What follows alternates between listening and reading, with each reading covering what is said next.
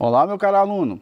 Seja bem-vindo a mais uma aula do Se Liga da Educação, a mais uma aula de Filosofia, Ciências Humanas e Sociais. E hoje nós vamos fazer uma reflexão, uma síntese de toda a filosofia até então.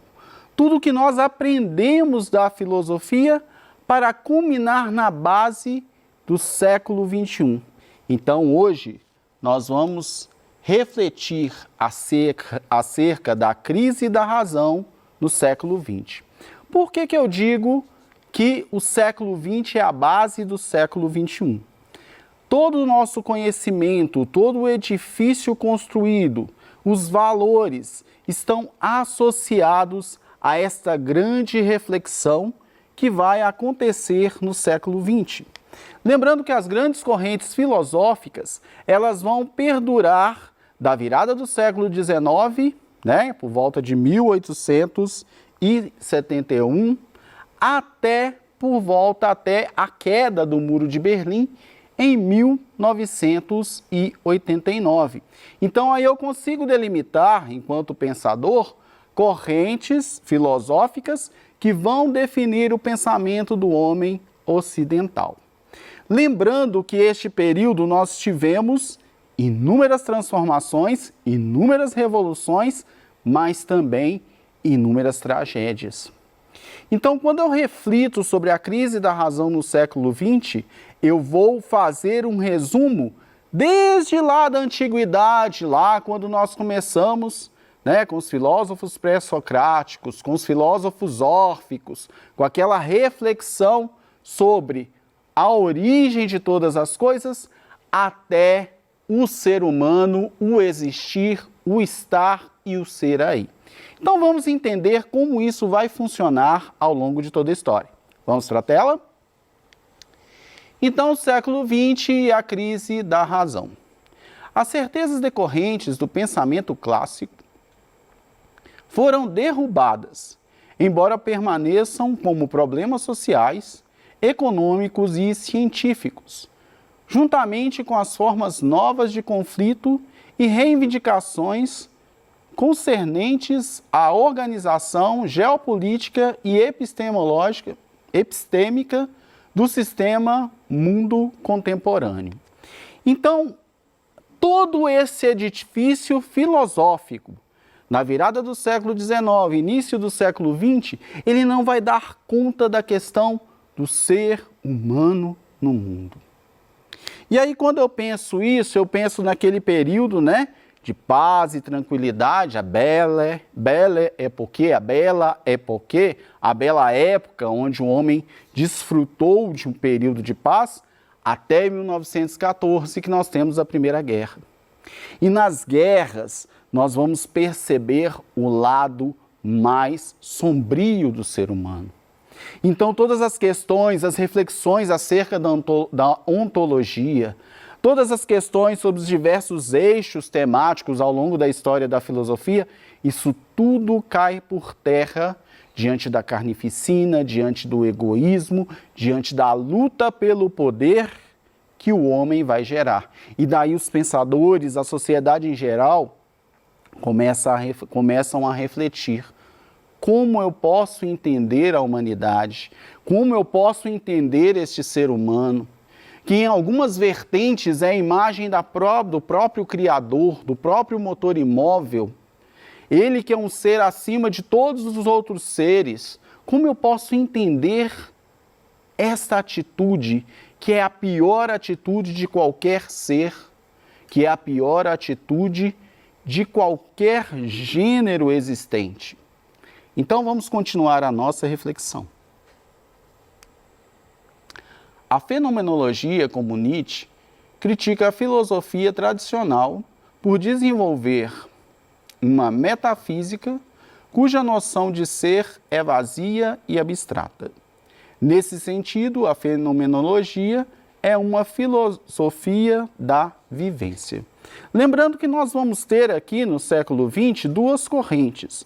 Nós vamos ter a corrente da filosofia continental e vamos ter a corrente da filosofia analítica. A fenomenologia, o existencialismo são correntes da filosofia continental.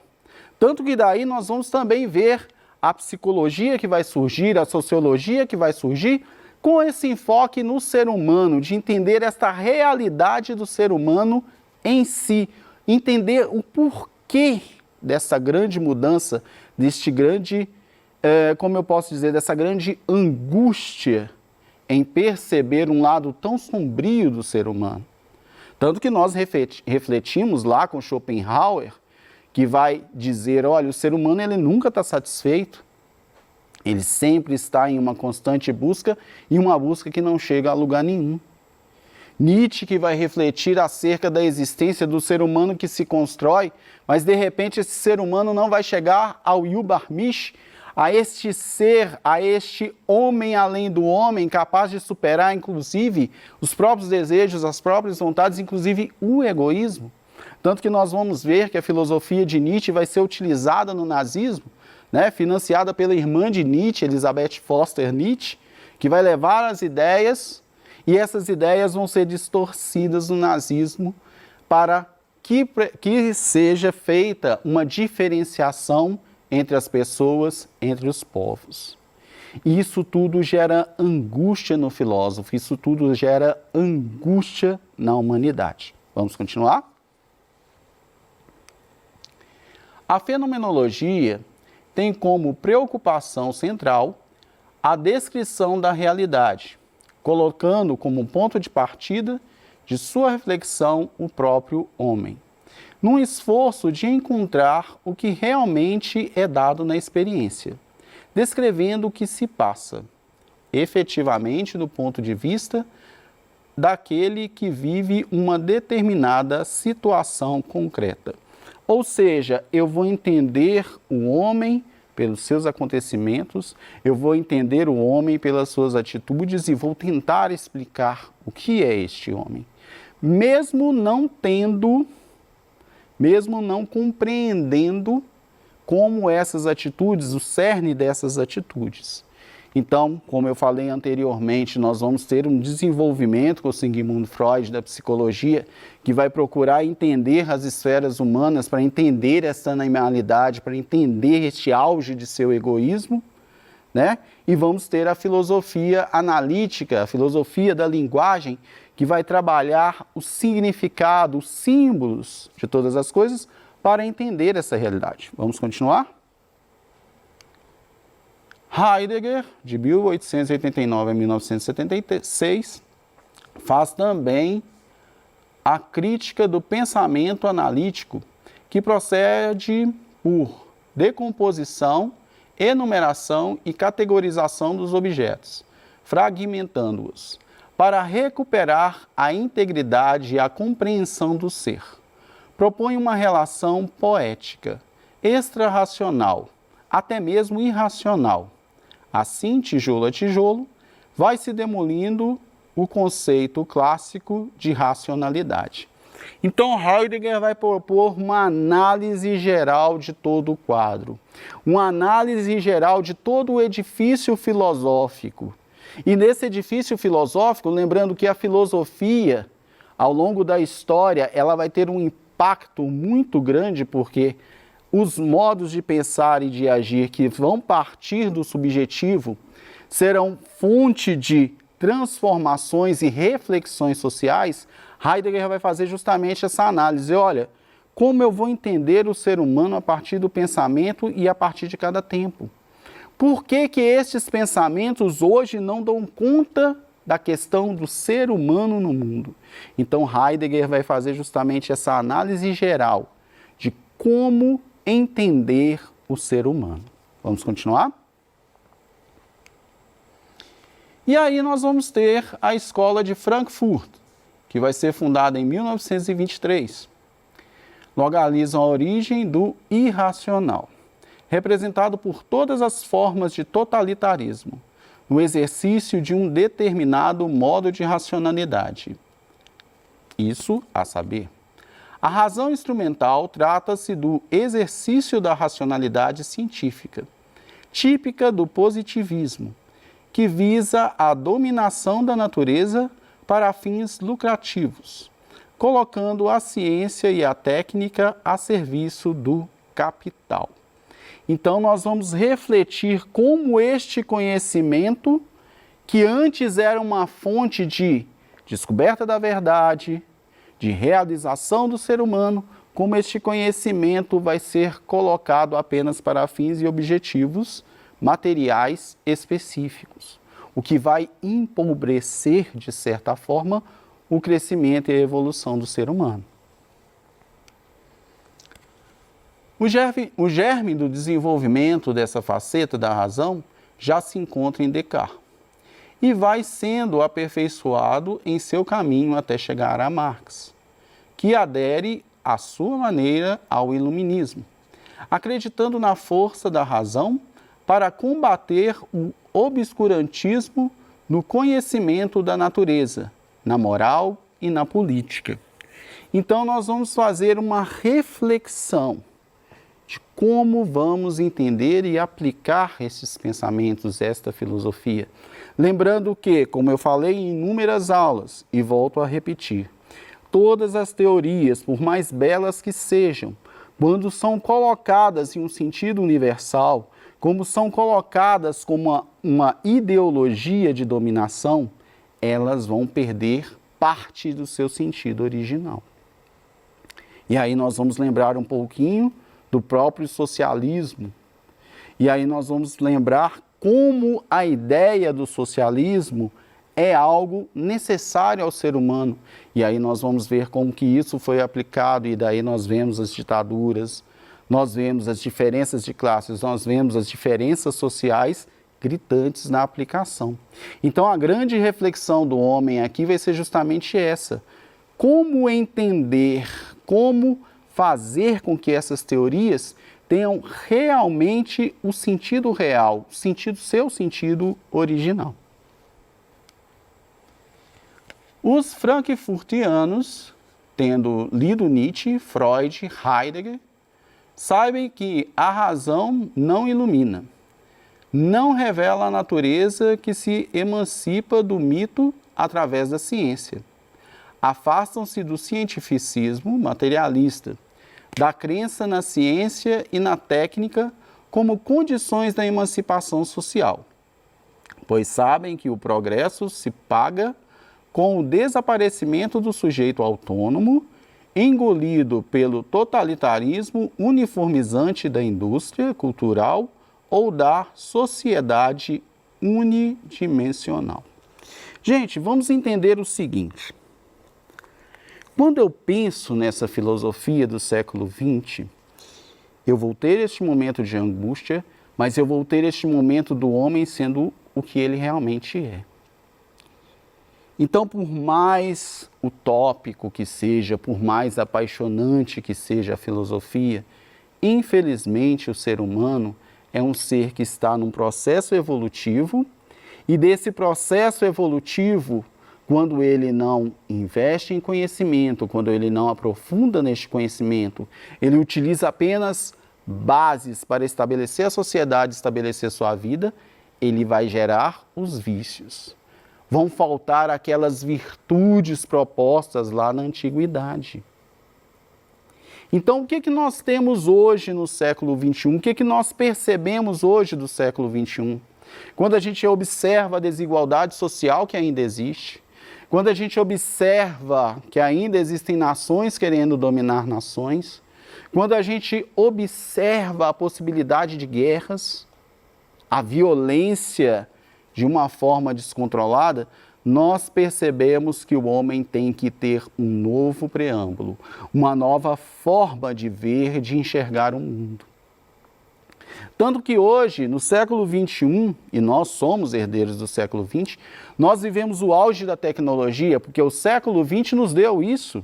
O avanço da tecnologia, o avanço da informática, o avanço das ciências, né? E por mais que existam questionamentos, né, que ainda pessoas pensam, existem teorias que dizem que a Terra é plana, o homem saiu da Terra, da sua biosfera, e foi conhecer o espaço, foi conhecer outras, foi além de suas fronteiras.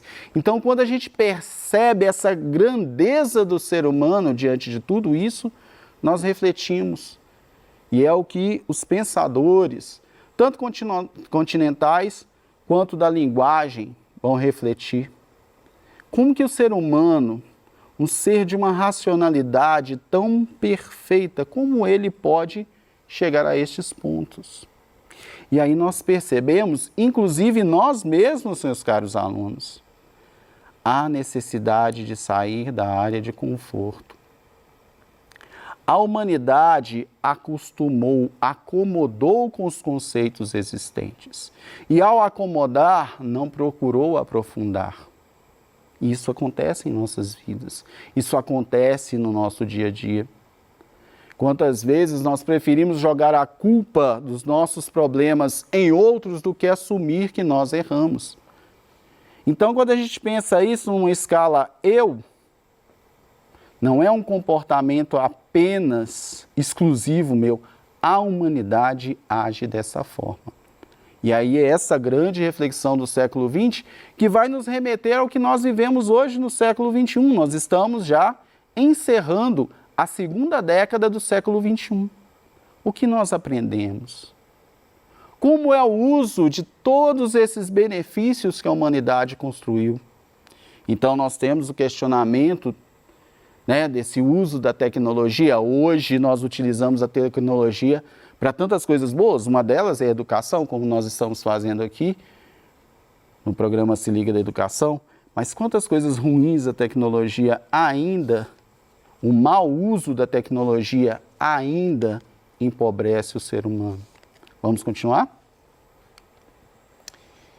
Eles vão criticar a razão de dominação, controle da natureza, exterior e interior, e esta é representada pelas paixões, pois sabem que aquilo que se renuncia continua a ser desejado.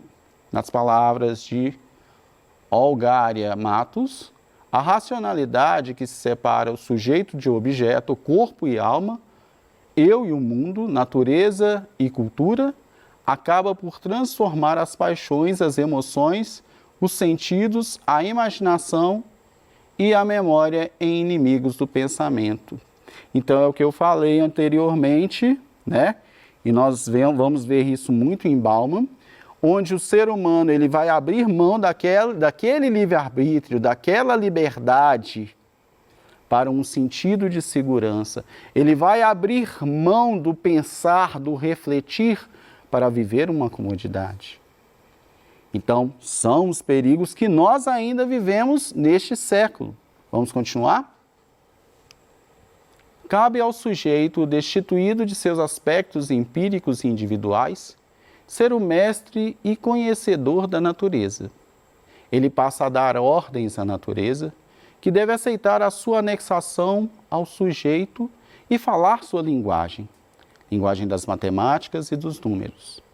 Só assim a natureza poderá ser conhecida, isto é, controlada, dominada, o que não significa ser compreendida em suas dissonâncias e em relação ao sujeito e nos acasos que ela torna manifestos. E aí nós vemos essa grande responsabilidade do homem com a sua biosfera, com a sua esfera da vida. Vemos queimadas, vemos destruição. Em casa, quando nós desperdiçamos água. Então, isso tudo é um reflexo dos pensamentos, dessa deteriorização do pensamento na mente humana. E a razão que observa e normaliza, que calcula, classifica e domina em função de interesses de classes e não de interesses de uma sociedade como um todo. E aí se vai embora a questão do bem comum. E se o poder que oprime fala em nome da racionalidade, para combater parece necessário contestar a própria razão. E aí é que vem esta grande angústia do século XX. Então, para a nossa reflexão final. Quem luta com monstros deve velar porque, ao fazê-lo, não se transforme também em monstro. E se tu olhares durante muito tempo para um abismo, o abismo também olha para dentro de ti. Friedrich Nietzsche. Ou seja, não adianta apenas reclamar, não adianta apenas simplesmente criticar. Eu tenho que encontrar soluções. Primeiro para mim, primeiro assumir, como diz Jean-Paul Sartre, assumir essa responsabilidade ao qual estou condenado e suas consequências. Depois, criar o meu ethos, criar o mundo que eu preciso de viver. E a partir daí, criando essas oportunidades e crescendo, é que nós vamos, aos poucos, transformando a realidade em que vivemos. Meus caros alunos, muito obrigado pela participação da aula.